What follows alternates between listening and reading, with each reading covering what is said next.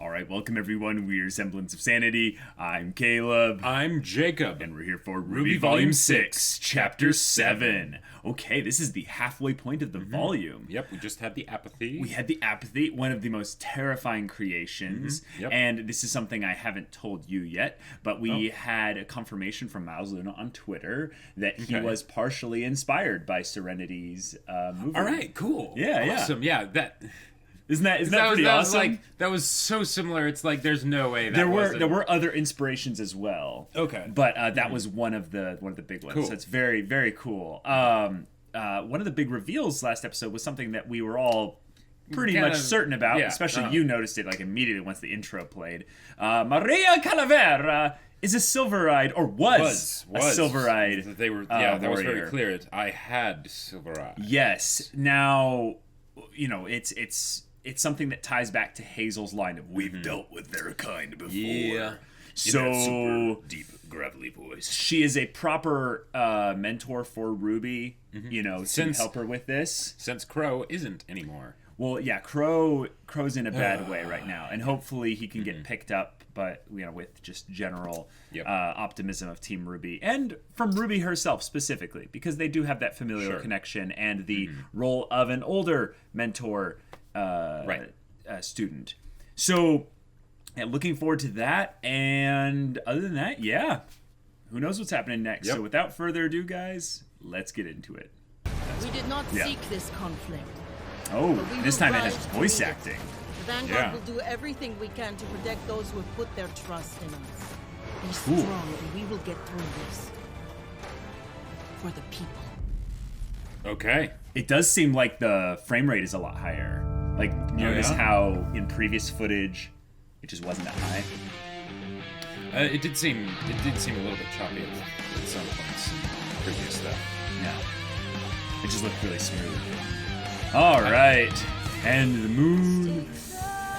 I just love that Weiss was at the beginning, like at the forefront. You know, it's like they have Team RWBY, but then Weiss is at the front. Yeah. You could also look at it and say that Weiss was the last person to make her flourish because RWBY was the first person to come on screen. So, that we cannot wait. So she had silver eyes. Now, we're kind of assuming that she was a silver-eyed warrior, right? Right. But I mean, she has that cane. She has the fact that she jumped down the well. Right. Like, she's at the very least good at using her aura, you know. Right. So I would assume that not only she was a silver-eyed warrior, she was probably someone at least like, you know, like competent enough to warrant her eyes getting, you know, taken out. Yeah, like I feel like if it's a huntsman that actually has a name, or a huntress that has a name, then they're pretty important. Badass. Yeah. Unless it's Tweedledee and Tweedledum. But those weren't their actual names, so the fact that we don't even know their names, like that, you know, sort of just goes to show. I mean, they clearly had enough sense to shoot, you know, the Grim, but one of them just took a melee weapon to a ranged fight and got one-shotted.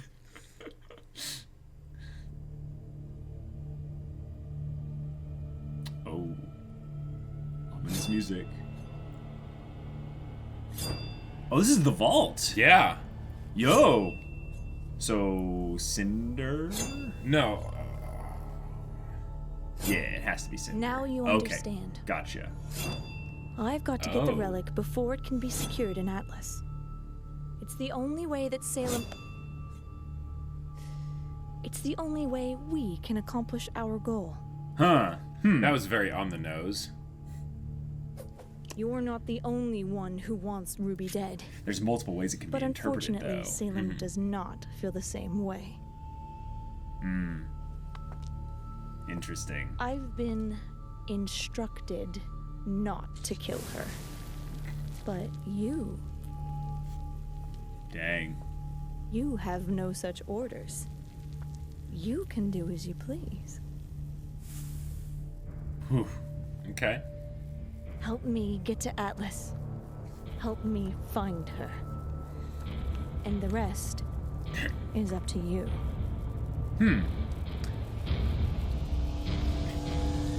in some ways, they make the perfect duo because Cinder can just talk, right? And she has a captive audience all the time.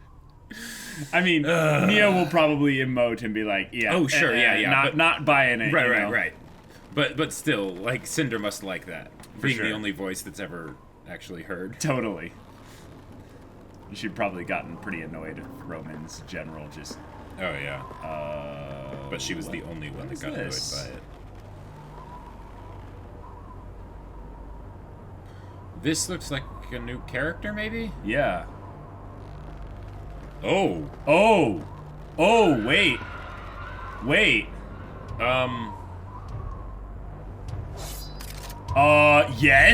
Yes. I mean,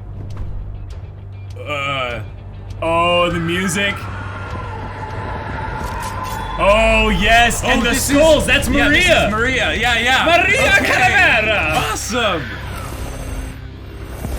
Oh my god! Oh, yeah, oh my god! That's cool. Oh my god! You know what that reminds me of?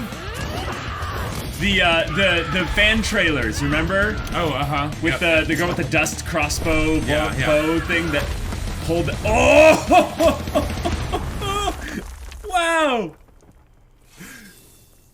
That's awesome. Okay, that's badass right there. Whoa! And then, yeah, nice. Oh, whoa, that's what happened to the dragon. Yo, the dragon on top of Beacon Tower. It's frozen. You know. It's like it's been looked at by a Medusa, basically. You know. Like turned to stone. Whoa! Oh crap! Well, here comes just some Joe blows. That's a fancy trick now, innit? Oh, Afraid funness. it comes with a price, though, love. they're just going right into showing maybe how she gets taken to Hazel. Yeah. I don't think you realize who I am. Yeah. Of course I do. You're the Grim Reaper. Whoa. And these are the last 60 seconds of your life. 60 seconds. Holy crap. Okay, let's fight. Just an instant recall weapon ability. Like, that's so good. Oh! Oh! Dang! Wow, she's fast! I like how she's making very specific effort not to kill the others. Oh, did her aura just break? Maria's? Yeah. I don't think so. I think I saw it. I think that might have been just a regular hit, not...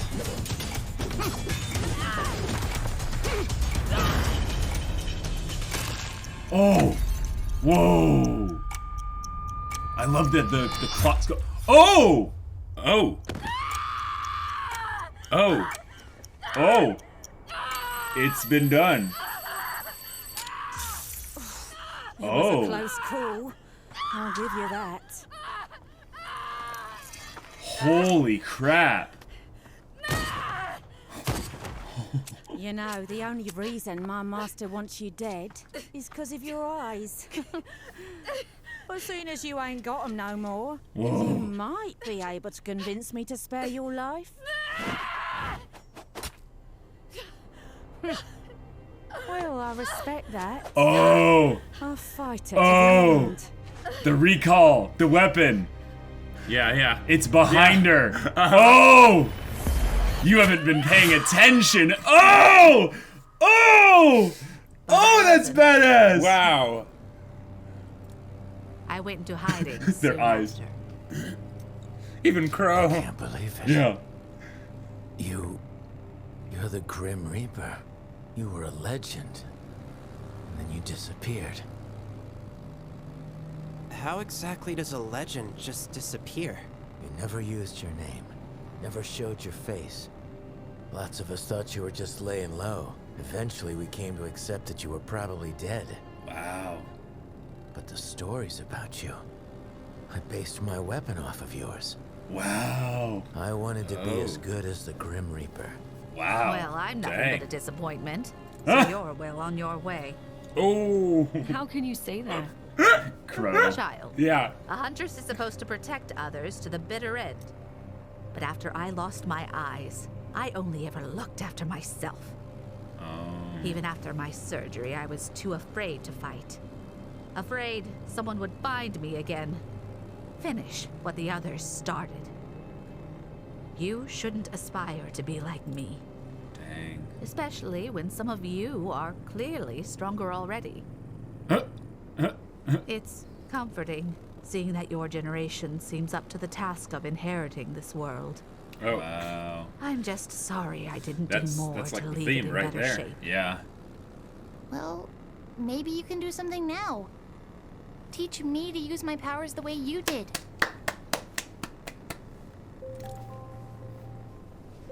But for now, oh, It's Jaune. Jaune.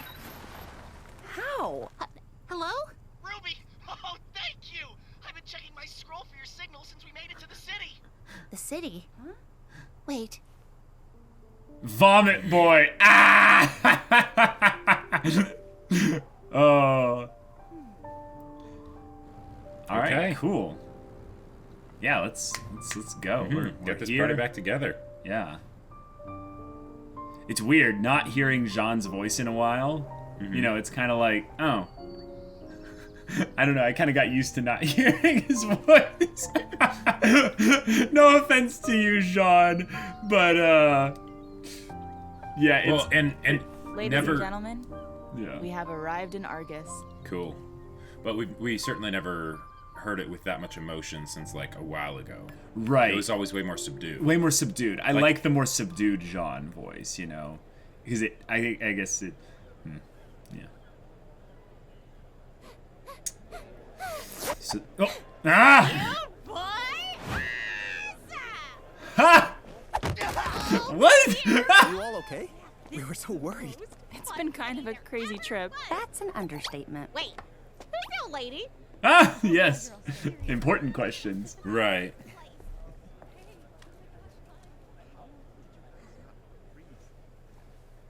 Wow, they're really doing a good job on the character animation. All the and people also in all the the background, background. yeah. Yeah. They're all moving. Hey, With different designs and I everything. promised, Yeah. didn't I? Yeah, you did. It's good to see you guys. Oh, okay, that's sweet. That's cool. That's cool. It's a lot bigger than I thought it'd be. Oh, It's see the actually city. one of the Cool. largest non-capital cities in all This of upbeat music. Yeah. No way! Oh, wait, wouldn't it be hard to settle something this big away from the main kingdom? Well, it was. Until Mantle showed up. Okay, so world building. Little. But the city looks gorgeous. Yeah, it does. Go well, but colonists from Mantle were able to help Wow. them raid Objects the and cold climate in oddities. return for goods that Solitas couldn't provide. The two nations work together to create a hybrid city. Tryst in the Mist, While it yeah. still falls under Mistral domain. Atlas keeps a military presence here to help keep the people Little safe gravity dust and used to with keep trade construction. between the two nations steady. Well, until recently. That is a beautiful background. Yeah, it is. But what's this until recently bit? We should probably start looking for a ship. So, where have you guys been staying? The ship. There you are! No way! His sisters? Is that... It's a sister! Very sad. Ah! Baby! Oh! I can't believe I'm meeting your sister! I have so many questions. Oh, I can give you the rundown later. Will you guys knock it off? What? I love telling stories about my baby brother. I am not a baby! I'm curious who voices her. Oh, the blob of cute. Oh. There's too much happiness though. Something bad's So, coming. Saffron, Oh, there's a picture of all of them you're in the the only background. Ark living here? Yep, moved the second I could. Jaune and I are the only two living away from home. No. I guess he just wanted to be like his big sis. Help. Aw, you He didn't can't deny deny it. it. Yeah. Everyone, this is my wife, Terracotta. Oh, cool. Why, hello there. Wow, quite a party. You weren't kidding. Wow. Could I get some help, please? And you're sure it's all right if we stay with you? Of course. We're happy to house huntsmen and sandwiches. huntresses. You all risk so much to keep people like us safe. It's the least we can do. Especially for such an elite huntsman like yourself. Although I will say I was surprised to learn you had students helping you. Is that even legal? Of course. Think of it as an extended training mission. Trust me, I was a professor. Even went to the same academy as them. And let me tell you, these kids are way better than we were at their age. Well, not better than me, specifically. But a lot of students. Shut up, there's food! Aw. Just everyone sitting around just eating. Nora has a whole sandwich. She didn't cut hers in half. Excuse me, I'll be right back. Hello? Is everything okay? Oh, yeah, it will be. Tara's a technician for the town's relay tower. Unfortunately, the military's radar system is also housed there. Guess what's been on the fritz lately and who's getting falsely blamed? Uh-oh. So, what's your plan for tomorrow? Well, we're trying to make our way to Atlas. We'll probably start with the military base. So, we kind of already tried that, and it didn't go super great.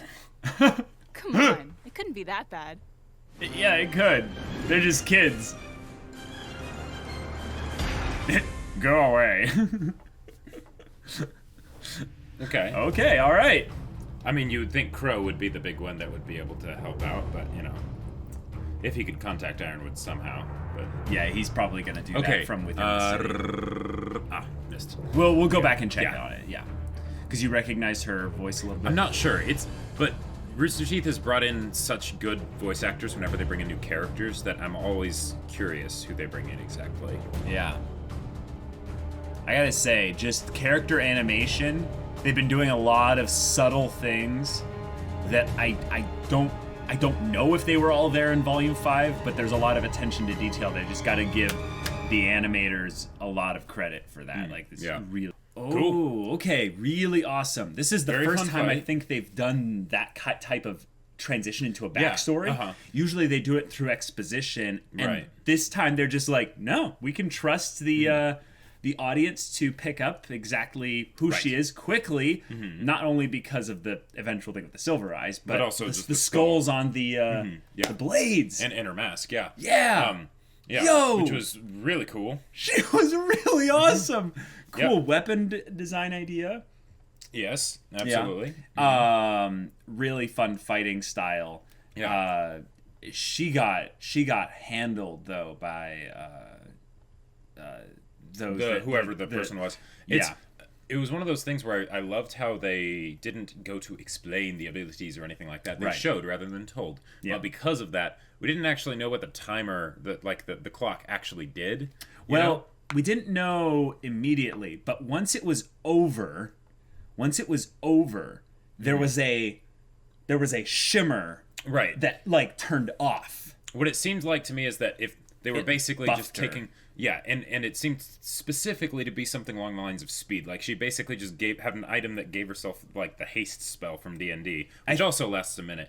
I'm gonna throw out there that it's not necessarily the speed, because everyone is fast in RWBY. That's a good point. And it's something that the visual part of having the just doesn't connotate to. I'm gonna guess that it's just a boosted aura or just a boosted just overall physical abilities. Basically, like, she's jacked up for a minute, and speed is one of the things amongst many that it probably is, which is cool because there's a condition attached to it. A very real drawback of I only have 60 seconds. And if we don't end the fight then, and it looked like there was.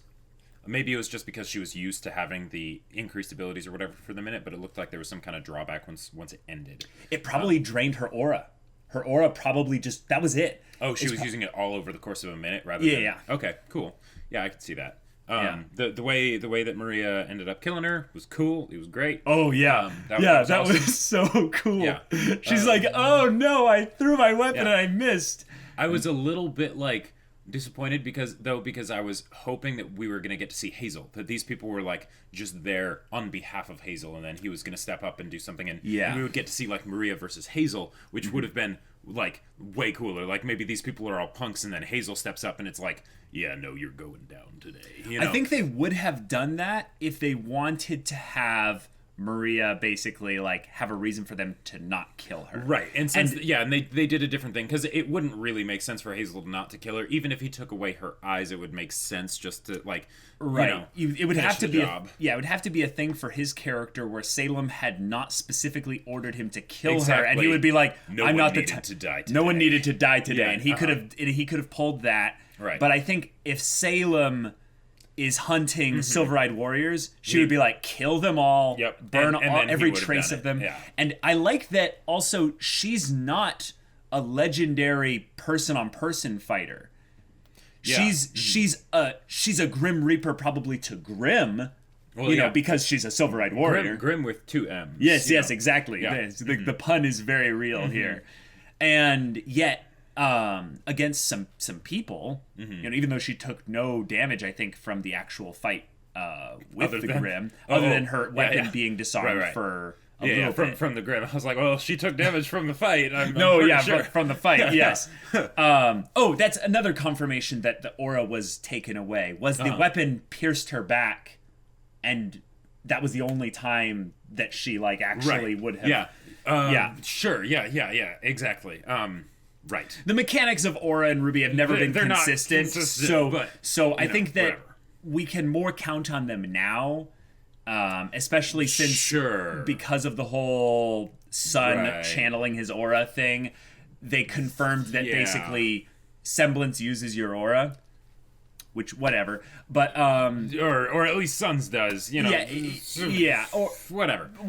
The main thing is that we got a new form of backstory in the form of this fight, where the exposition happened after the flashback was concluded, which kept us focused on the action in that moment. And then afterwards, we find out that's the reason why Crow bottled his weapon after probably his fighting style. That was a very much a cool reveal. Yeah. I don't know if it was just the way Vic Mignogna delivered it or the way the lines were written or something, but or just the fact that it was like, hey, there's this person, now I'm going to tell you who it is after we revealed them, it made me not entirely like be captivated by it, because just something of the idea of Crow basing his weapon off of somebody, awesome, and the fact that it is this Grim Reaper person, great. Yeah. And there would be no reason to have heard of this person before now, because it just wouldn't have worked in the story, it wouldn't have made sense. But I still wish that I had. Well, I think the main thing it tells us is that Crow is one of the people we actually know the least about. That's very true. One of the things with Crow that's always kind of not bugged me, but kind of had me a little bit antsy about him is that his character has very little motivation up until this volume. Because he's so cool, he doesn't need one. But once they had the thing with him and Ozpin talking, he's like, I dedicated my life to you. It's kind of perfect because now Crow is aimless, right? He doesn't know which direction is north. So him just kind of giving things from his past like that, because I think he doesn't really care that much about his future or his past, really. Right, and that was one of the things that I was thinking about. Oh, yeah, that's probably why Crow is delivering it that way. Which made me so happy when Maria said, I'm just a disappointment, which means you're well on your way. And it's like, yeah. Like, the sass that she gave, like, in just that line alone. Not only that, but then she ended up kind of doing a little bit of a compliment with some kind of sass in it as well, as being like, and there's some of you here that are, quite strong already. Kind of throwing it at Yang. Oh, sure. I thought she might have been talking about, okay. That it did angle the camera specifically. Yeah, it did. Yang, it did. That's a good point. And everyone kind of looked at Yang as well a little bit. Right. Yeah, because Yang and her had their little spat, you know, early on. Like, lady, I don't know who you are, but no buts. Yeah. Yeah. Yeah, and also her Yang being the one that, you know, got them out of the cellar and everything like that. Yep. So there's that. Now, one other thing. Now, you're going to hate that I'm bringing this up. Okay. You're going to hate it. Okay. And I kind of hate it, too. But it seemed like we were getting Lancaster in this episode. Now, okay. I ship Ruby with character development. Yeah. You know. Yeah. I'm not worried. Worried. I think they could do it just fine if they wanted to, but I'm skeptical because it's not the thing that I have inherently shipping. Yeah, So I think that it's cool to basically acknowledge the moment and say, yeah, this is something that the shippers will be very happy about, and I would say that there's good real emotion behind their hug, and yet what's kind of funny, like I totally can understand why Jaune would feel like he needs a hug from Ruby specifically, because she also watched Pyrrha die, because she was also the one that right. She was yes. They both lost people. She lost Penny, he lost Pyrrha, and she also for a while lost her sister. Yeah. So I totally understand that. I also get that Jaune would need a little bit of kind of a place to emotionally just kind of be vulnerable, because nothing against Nora and Red, but like they're their own like unit. Yeah, and I could see them being a team with Jaune and being like, "Oh, buddy." But Jaune probably feels like the third wheel now. He totally feels like the third wheel. Because before there was Pyrrha, and there was the four of them, and it was great. But the thing is, he's had his heart-to-heart talks with Ren before. Yeah, they don't really go. They don't really go very well, even with this new talkative version of Ren. Exactly, and with Nora, she's so high energy. I feel like that would kind of be off-putting for someone like Jaune with where he's at. Yeah, because of all the pain that he's experiencing. So he's like, I don't need that right now. I could see Nora being kind of like she was in Volume 2, practice what you preach, Pyrrha. The blunt, I would love good to advice. See more of that from More Nora. of that from Nora would be awesome. But now that everyone's back together, we now have everyone at Argus, which is good. Oh. I half expected Winter to show up here. Oh yeah, and that was going to be the Crow Winter kind of reunion. We could still get that, and that way we could still get that. Yes, and what would be great is that she could also see how pathetic Crow's being right now. Oh, and the thing is that slap him. Well, because Crow was always the one that could get under her skin, right? Under the true Ice Queen's skin, right? But now, I love it. And that would be just like you talk about a slap, but I'm talking not just physically. Like that would be a true slap to Crow, right? And that would just be fantastic. And then maybe Ruby could be like, "Thank you, all right, yeah." So.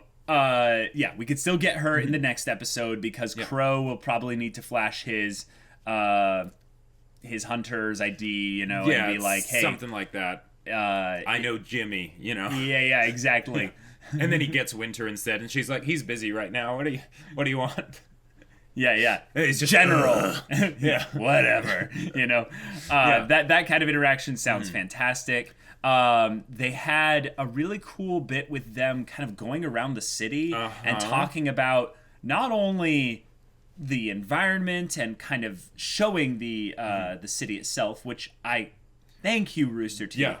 We didn't do this at Haven/Mistral. I mean, Haven, even though the academy is named Haven and the city. The point is, yes. Or wait, the Mistral was the name of the city. Right. And And we got Anima was the name of the continent. So Mistral we never really got a true visual look at. So thank you for that. Yeah, because we got that bit with Crow walking around, but that wasn't really. And here's the thing. In a lot of ways, the city going around and world building and stuff, that was actually my favorite part from the episode. The bit with Cinder and Neo, that was fun. Yeah. The fight was great, but the city looked gorgeous. There was really stuff happening here. Yeah. Like in a lot of ways, it was kind of a way to showcase the good that Atlas does, even though they're very much like a right-handed power military and all that stuff. Kind of way of doing things. But like, just the detail in the models for the buildings and everything, like this was nice. Like they did separate though that this was a Mantle settlement, not necessarily an Atlas settlement. Now there's affiliation with Atlas because Atlas is, you know, the ruling power, you know. Oh, up there. Right. Yeah, it's distant for sure, but yes, it's in the same country, you know. Well, it's not. No, it's in the continent of Anima. Okay. It's in the continent of Anima. Now, it's probably under the jurisdiction, like it's under the same territorial borders. But the example is that it's on a different on a different island. Yeah. And then they need to go from Argus to get there, but it's still under Atlas control. Right, it's an Atlas place. Right. I was just wanting to acknowledge the influence of the older nation of Mantle in why it's probably a little bit more of a, like, it's got a military border outpost. Like, it's very much a fortress. Like, mind you, it's a fortress. But we haven't seen anything of the country that came before Atlas. Right. It's more of a thing that we've heard of a lot of times because of things in the World of Remnants and Volume 4 specifically. Sure, yeah. But that stuff was just great. The detail was really they put on the models was fantastic. You could tell that they were putting a lot of work into it. And quite frankly, this... it sets a new bar, and it also is way beyond any of the other stuff we've gotten, like even in this volume or whatever. So best city. We don't have to have this level of detail and amazingness all the time, of course, because you know they could be trying to draw attention to this place in particular. Maybe because it's going to get attacked. Yeah, maybe it's going to get attacked because there was a lot of happy feelings this episode. Yeah, and we can't have that. We can't have that. No. But this is the kind of place where I would want the characters to spend more time in and explore and things like that. If they took a break here and they didn't actually get to Atlas right away, I would be okay with that. I want them personally to get to Atlas, but this would be a great place to just spend time in, right? Yep. And I also want to say on this whole thing of the place getting attacked, they introduced us to family. Jaune, sister, Saffron, which, by the way, the pun is hilarious because, for one, I'm gonna get into why in a second here because you might not get exactly what I'm talking about immediately. But we had the smoothest introduction, I'd say way more than even Ilya, of just having a same-sex couple just being on the show and having it be as natural as just like, oh, that's just how it is. That's just how it is. There's no abrupt kind of like camera panning and other things in there. It's just natural, and I'm like, well done. That's the way it should be done. And I loved the Ilya reveal in Volume 5, but I feel like this is just better. This is just even better because it fits in with the world building almost of the actual town, and it also infers a lot on Jaune's family. This is the only sister that actually has moved out. Well, and she moved out as soon as she could. And here's the other thing. Here's the other thing, actually. Yep. The way Saffron was treating Jaune. Yes. So, that was off-putting for me. Because I didn't find it realistic at first. I was like, really, come on. Even if he's your brother, like, come on. Well, I mean, they haven't seen each other in a long time. No, but I'm talking about all the ways that the constantly playing with his face and things like that. Okay. Now, Jaune had a lot of self-esteem, pride issues when he went to Beacon, right? That was a big point of Volume 1. Seeing this, I'm not surprised why. Oh yeah, because we already knew that was the reason why. But just having like the big expectations and all that stuff, and and the Seven Sisters, he doesn't feel very manly a lot of the time and all that stuff. Yeah, I get the vibe that was it. It was the Seven Sisters just being like him being the only guy and Seven Sisters. Yeah. So of course he would have some weird masculinity kind of. But specifically with the whole thing of like her constantly playing with his cheeks and stuff. Yeah. Maybe that was just something that was supposed to be done for comedy. Oh, but you saw it as a form of bullying also. Yeah. Yeah. It's not something that we're supposed to take immediately at face value, but it's something, coming from bigger families and stuff, we know how this can happen, is that what one person sees as playful kind of things there, another person legitimately just doesn't like. Well, and I think that's a very, next level thinking, Jacob. So anyone in the comments that's like, Jacob, you just don't understand, entertain this. This is very good. Here's the thing. We also have... I know you guys are going to hate me for bringing this back up. We also have that super cringy line from Taiyang to Yang in Volume 4, where it's like, maybe they were trying to communicate something different, but that's not how it comes across to someone who's seen it for the first time, or to everyone who sees it for the first time, right? There's a lot of wrong ways to take it that are very natural to have that enter your mind, right? Right. So that could be that's just what this is, but that is not the assumption that I come to. Right. So just know that you're assuming. Right. Just I'm know that you're assuming. I'm assuming. We might see more. It's different, whatever. And they didn't have that much time to spend with these characters, so I get because that they're we're going to spend more time with them. Because we're probably going to spend more time with them, and they're introducing them at the end of an episode where a bunch of stuff has already happened. So they're wanting to aggressively just make sure that the dynamic is established. Yep. But just saying. Yep. Just saying. Yeah. Okay, so now that we are actually back to the original thing we were talking about here, the other thing that's really cool is that this family is being introduced in a fortress with a kid. Now, here is a very classic trope with kids. Protect the smile. We must keep this wholesomeness wholesome. Yes. And we had almost so many characters in Team RWBY just being like, oh my god, this is so adorable, because the kid is adorable. Now, what was the problem that Terracotta? Was her name actually Terracotta? I believe so, yeah. That's amazing, the Terracotta Army and stuff. But the communications tower is on the fritz. Yeah. Communication disruption can only mean one thing. Invasion. Yeah. But I'm serious, though. This is not me just prequel memeing. Yeah. This is actually a thing that if you are the primary military outpost for Atlas outside of their actual because national continent island borders. Take this to Axis and allies. The first thing that you want to do is make sure no one knows what Axis and allies is, Jacob. Point is that when you have a country that is very powerful, a military force that is very powerful, you want to make sure, and they're closing off their actual home borders, right? So no one comes in or out. You want to make sure that you take out everything outside of their borders so that they're blind, right? Right. Especially with the communications towers being down. So for outside the country communication. Yeah. So to relay this to what's going on in the episode, though, bad things are about to happen. Things are about to happen. Family that they just got them all emotionally attached to, so that they have to protect them, and that there's stakes. Yep. But the problem is that the plot is going to take them away from Argus. So you know how they can hurt us in the fields a lot is threaten this precious family. Because let's be real here. We have Cinder and Neo coming on their trail, so they're at the very least going here at maybe incognito. But we have a very real reason to believe that I'm not particularly fond of failure. Watts is an Atlas guy, right? Now, so he's probably actually in Atlas, but he could come here. But what if he has agents? Oh, sure, yeah, sabotaging the tower and everything. Yeah. Just saying, that would be how I would start. That's how I would attack Atlas.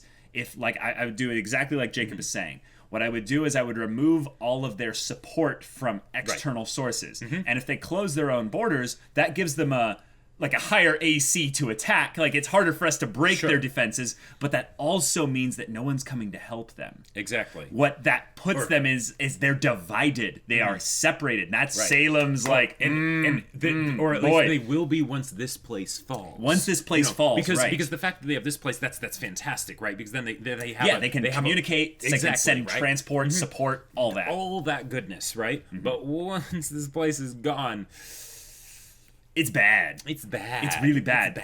Because then they're actually having to be entirely self-sufficient on not only their own resources, but their own information.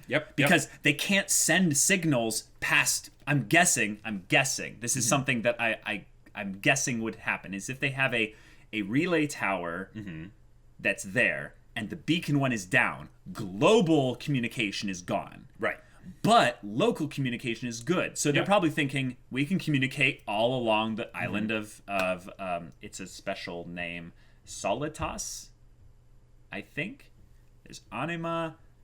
No, Solitas is the big one. Anyways, there's a name for the island up at the north. And but they have communication. They have communication locally, but they probably use some very specific type of communication to get to Argus. Right. Then they can relay that out to other areas. Yep. And if they don't have that, that's bad. That's really bad.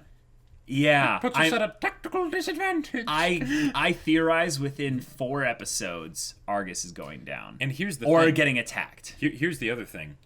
All the work and effort that they put into the models for the city, right? All the world building that they did to set up the city. Now it could just be for world building as a whole, right? Yes. With Atlas before we get to Atlas. It could totally be that, and that would be fantastic, and they don't need to do anything beyond that. But if they wanted to kill 2 birds with 1 stone, they could do this and then have the place get attacked. That way we see the place change, right? Yeah. They showed us all these different spots so we can see what it's like when those places are trashed, right? That would be gutsy also for their background creators and stuff, because they would have to draw and all right, you drew all that. And you made all that gorgeous stuff. All right, now do it again and break it It's and fire everywhere. Why? Come on. And as far as like places where we would want battles to happen, because they've had plenty of battles in RWBY where it's like out in the wilds with crazy terrain and whatnot, and all that stuff. The Tyrion Crow, exactly right. Ranger fight. That's a great example. They brought in a new environment specifically for a fight, right, to make a more interesting fight. With all the stuff that they've been having happen here, with the gravity, rails and things like that, and all that goodness. That will just make things more interesting if it all goes to pot, right?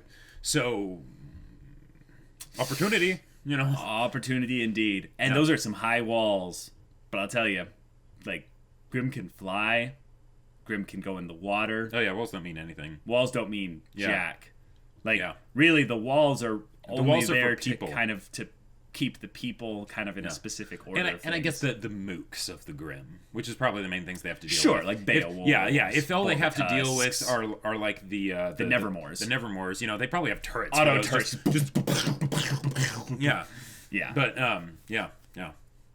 Also, just when you bring in like this level of wholesome after an episode, like with the Apathy Grim, it leads us into kind of this is kind of a palate cleanser. It's a breath of fresh air. Right. It's a relief after that. Which interestingly enough also is a way to accentuate that Crow's spirits haven't really lifted.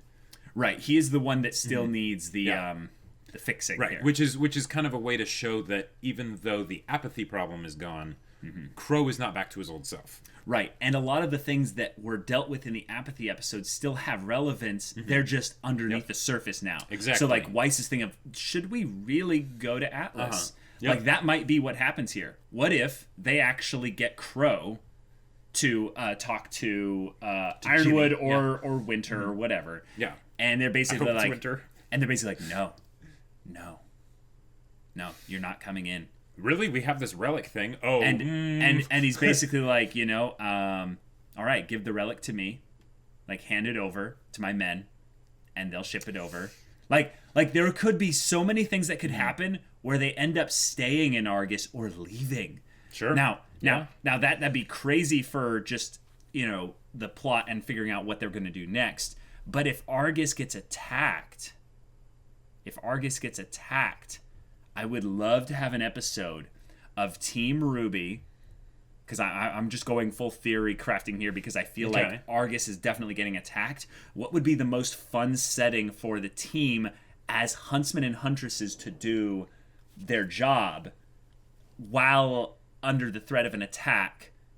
Okay, so I want... So setting like physical location? Or? Right. I want Argus to get attacked, and I want Team RWBY, Juniper, Oscar, Maria Calavera, and Ozkerpin and all them to have a gigantic rescue mission where it's very similar to, and I'm calling up Dunkirk here. So, all right, I like Salem surrounds them. and basically just hammers them down, and it's like it's a matter of time before they get destroyed. Okay. And they're like, we need to evacuate and then that's how they and get go to Atlas. Okay, and then Atlas Jimmy basically says, okay, bring all the refugees, bring all the... And that's pretty topical, too. And then you get all the people leaving, and you get citizens of Atlas, you get Mantle people, you get Cinder and Neo sneaking aboard it. Yep. You're reading my mind. You're reading my mind, Luke. And then you also get a lot of Mistral people that just happen to have been in the area at the time. Okay. So it becomes this thing where the world is literally like needing Team RWBY, Juniper, and all them to save them. And then they go to Atlas, and Atlas realizes we were not prepared, and or they need to prepare. Sure, and then they reveal Penny 2.0, and they're like, "This is our plan. This is how we will win." Then squadrons of Penny 2.0s just fly over, just shooting lasers down on the battlefield below. We've been saying this since like Volume 3, but since Penny died. Since Penny died, we were like, all right, when's Penny 2.0 happening? Like, robots can't just die. Well, I mean, robots, but robots will always come back. Yeah. It's the thing of like, will they be Penny? Will they continually put more people in these things? Because there's all the Full Metal Alchemist inspirations in this show as well. And, what could equal the value of a human soul? Yeah. So, lots of crazy theories that I think can spawn from this episode. Yes. Although the actual plot of the episode was very simple and it was very calm. For the most part, we didn't really talk about the Neo Cinder part that much. I mean, I liked that Cinder was constantly like making new blades, or changing the shape of the blade in her hand. Yeah, that was cool. The Cinder's monologue was a monologue. I mean, she monologued. Neo listened. I don't think she was actually giving that much to Neo with this whole deal. No, she really wasn't. It kind of felt like. Yeah. I hope that Neo doesn't get a fast one pulled on her. Right, because that's the main thing I'm hoping. Because the big so one of the biggest things that made the fandom love Neo was Neo in Chibi, right? Huh. Now, Chibi is a very different show from RWBY itself, right? But as far as Neo was concerned, one of the things that they made sure to have Neo do was be very much proactive, right? The fact that she was silent didn't keep her from contributing anything. Yes. Right? She was very much actively injecting things into the environment that she was in, right? And she was intelligent. And she was intelligent, and it was great, right? Yeah. Now here, because Cinder loves to talk... And Chibi isn't canon. Yeah. I mean... Cinder will absolutely do the talking all the time, totally. Right? But the thing, in order to make Neo's return really be juicy and really be worthwhile, is to make it so that it's a dynamic between the two characters, not just her tagging along with Cinder. Right, and she has agency once they get into situations of conflict. Right. Now, I actually deem this deal-making bit as a bit of conflict. Sure. Oh, yeah. Because while it's something that Cinder could just orate... and Neo could fall in line, the main reason why I'm against that is because that basically says that Neo is subservient to Cinder because of fear. Now, here's where this is kind of interesting. Yeah. Neo's power is one that her semblance is something that is very, very... very good. It's very useful. She doesn't need to be afraid because she can always just get away. And she can just always be actually somewhere else. Well, like you could be talking to her glass, or a counterpart or whatever. Right. And Neo doesn't need to make any stealth checks really because she's silent and she doesn't need to make any deception checks either because she's not saying anything. Yeah. Cinder could be relying on being like, all right, it's all according to plan. I'm keeping my eye on you, Neo. Neo's like, oh, that's funny. That's a good one. Because I am totally going to kill you or do whatever. Or Neo's something. like, once I'm gone, and you'll never be able to stop me. Exactly. That's the main thing I have that keeps me. I have faith that Neo's going to be okay from all this. Now, let's be real here. I don't really care about Neo as a character. She's not even a secondary character in this show. No. Let's she be is real. so minor in the She is a scheme of tertiary character. a great tertiary and character. it's nice that she had Roman to make her a much more interesting character. But she was the side character for a side character. And Roman was a great side character while we had him that elevated Neo. Yep. But the main thing that could do a lot of good for Neo's character is have her make choices in the conflict coming that shows her agency, her motivation, and her personality all wrapped into one. Because if you think about in Chibi, it wasn't just that she like changed things up, but you could, even though Neo never spoke, and she did have the signs, which helped. She was speaking. But she was speaking. Yeah. But even without the signs, with the facial expressions that they would do, totally over exaggerated because it's Chibi, right? Right. There was no question what Neo was thinking and feeling at any given moment, right? You knew exactly what was going on in her head, which is what made it so entertaining, right? Yeah. Because you knew all this without her actually saying anything. Here, because it's actually RWBY, right? Because they're not going to be giving, like, they didn't balloon up Neo's head so that we could see the facial expressions easier. Yeah. That's something that they just need to sort of keep in mind. Right. But I do like how Cinder showed a little bit of trust in Neo by actually showing her the vault and saying, hey, this is where the stakes are. This is how things are going. Right. And you know what's clever? Is that was a form of them avoiding or being, no, that was not avoiding. That was being smart with screen time with regards to exposition. Yes. They basically went through volumes worth of exposition off screen because we don't need to hear it. Nope. We don't need to see Neo hear it. We just assume that now she's in the know of what she needs to be in the know of. The other big thing that did happen in that point, and it was kind of really on the nose, was the whole idea of like, Salem wants me to blah blah blah, whatever, or we will have victory or something like that. She specifically was like, oh yeah, Salem. That's a good point. That's something that I think Cinder might be being actually a little bit honest about. There was a point after that where she said Salem doesn't want RWBY dead. She's she's more concerned about getting the relics and stuff. Yeah. So but I want her dead. Right. So what I find to be interesting here is that her being like, Salem's what we want.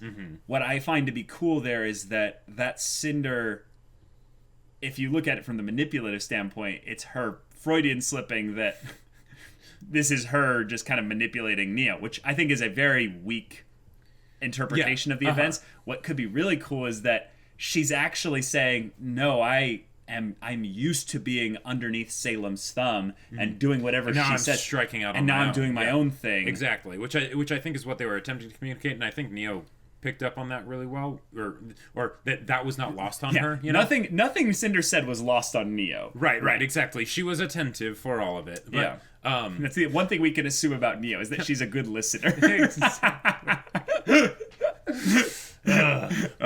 that could hopefully build a stronger connection point between the two of them, because if nothing else, she has dirt on Cinder. She'd have to write it out in a letter in order to tell Salem, but she doesn't know where Salem is. So the actual twist is that Neo can talk this entire time. She just chooses not to. She discovers that people say all sorts of things in front of her because they're like, oh yeah, she can't talk, but she actually can. She's like, you don't know. She's got like a Morse code thing. Or she just has like a recording device that's just on all the time. Oh my gosh. That's something that makes a lot of sense actually to have in this world. Is some kind of plot at some point that involves a recording device. Sure. Now, we already did that in some ways with Cinder broadcasting the message, but that was live. Yeah, exactly. That's more for declaring things rather than for subterfuge. Yeah. Right. So, looking forward to that. Also, we might be getting, just because I mentioned the whole Watts thing with Argus and all that, this could be the first time we get some kind of a subterfuge plot that's handled well. Because whole thing with Cinder's infiltrating the tower and, putting the computer virus there was cool. The whole thing... Well, that wasn't really subterfuge. That was just, I can beat all these mooks without anyone ever knowing about it. There was very little subterfuge. It was very overt. RWBY even showed up. I thought you were going to say subterfuge like the stuff that was going on with Lionheart and all of that. I guess that is subterfuge. Yeah. I also consider that to be something where they didn't need to actually use subterfuge anymore because Lionheart was already a traitor. Right. So it wasn't like they were working really in secret. It was more just like, oh, when they're not there, we're talking with Lionheart as if he's a traitor, which is nice. Right. But then Cinder went and decided to like, no, my motivations are better than Salem's. Yeah. And hey, that's just a continuation. This here is just a continuation of that. She still sees her motivations as being higher than Salem's. Which, she is selfish when it comes right down to it. Yeah. I'm more Zuko alone. I mean, Cinder alone. I think it still has a way to go before I can truly call it. Oh no, it's not even Cinder close alone. to Zuko alone. But, I know, or even just calling it Cinder alone, like that beginning. It's beginning. It's like because we have Neo. Well, okay, sure, sure. Can't be alone anymore. Yeah, she's the only one that ever talks. But you know, that is true. Yeah, no, Neo is actually her therapist. I got it. Neo's just like nods. You know, and then Cinder keeps talking. I think it all started back when I was a little girl and I had dreams of power. And Neo's just drawing like dicks and like Roman like stealing things from Beacon. It's like She's a jester now. Yeah, basically. But just like cutting off Ruby's head and stuff. Like sure, yeah. I love the idea of Neo the artist because it fits with the whole box, the whole sign thing. Yeah, but yeah. But, overall, decent episode. Yeah, it was fun. It's hard to come off of the amazing episode previously, but they did a good job with Argus. Like Argus needs they need to award their animation team. Also, I said it again, but I'll say it here. There were a lot of really subtle character animation things, and not just with the backgrounds, like you were saying, but like with the characters. Faces softening when Jaune and RWBY see each other. The hugs themselves looking actually like hugs. Yeah. It's not easy to do that, guys. Like that. Yeah. Like, because the body has this, like, you know, suspension of disbelief, like this uncanny valley. Yeah. No, I mean, like, the body. Like, watching the human body move on animation. We have this uncanny valley where it's like, bodies don't move like that, you know? And, like, the whole idea of, like, anytime two physical objects interact with each other, like, look out for the times that it actually happens in animation, because... Not a lot. And they use some kind of flash when it's, like, the fighting. And most of the time, if there is, then it's things that do not shift in and of themselves, right? It's like a person picking up an object or a weapon or something like that, right? But when you have two people interacting, both of those... are dynamic, right? And I know nothing about animation. We know nothing, but but you know, more variables. So well done, well done, RWBY. Yes, this episode I think deserves like an award for them on getting all of the visual stuff and all the animation with the city of Argus and just everything. Yeah, like I kind of want them to just sort of have like if they had a slice of life episode in Argus, I would not mind. No, like because the city's gorgeous, you know, and it would build up the stakes even more for when it all burns to the ground. Yeah, you know? we could have that be like the B plot, and the A plot could involve like Salem villains, Cinder, exactly, whoever we want. Basically, we haven't seen Salem in the Evil League of Evil for a while. We saw them when she grabbed Hazel and. Yes, that was episode 4, I believe. Was that episode 4? Yeah, that wasn't too long ago. Oh, okay. Yeah. But yeah, guys, thank you so much for watching this episode. Thank you so much for watching to the end of the discussion here. We do timer-based early access reactions for RWBY's volume as it comes out. You get to see it the day after, usually around Sunday night Pacific time. So yeah, check that out. Link is in the description below. Also, if you support us on any level of Patreon, you get access to our Discord, where you can chat with us about RWBY episodes, about theories, stories in general, or just whatever. And if any of that interests you, we'll see you there. But until then, we're Semblance of Sanity. I'm Caleb. I'm Jacob. And we'll see you all next time.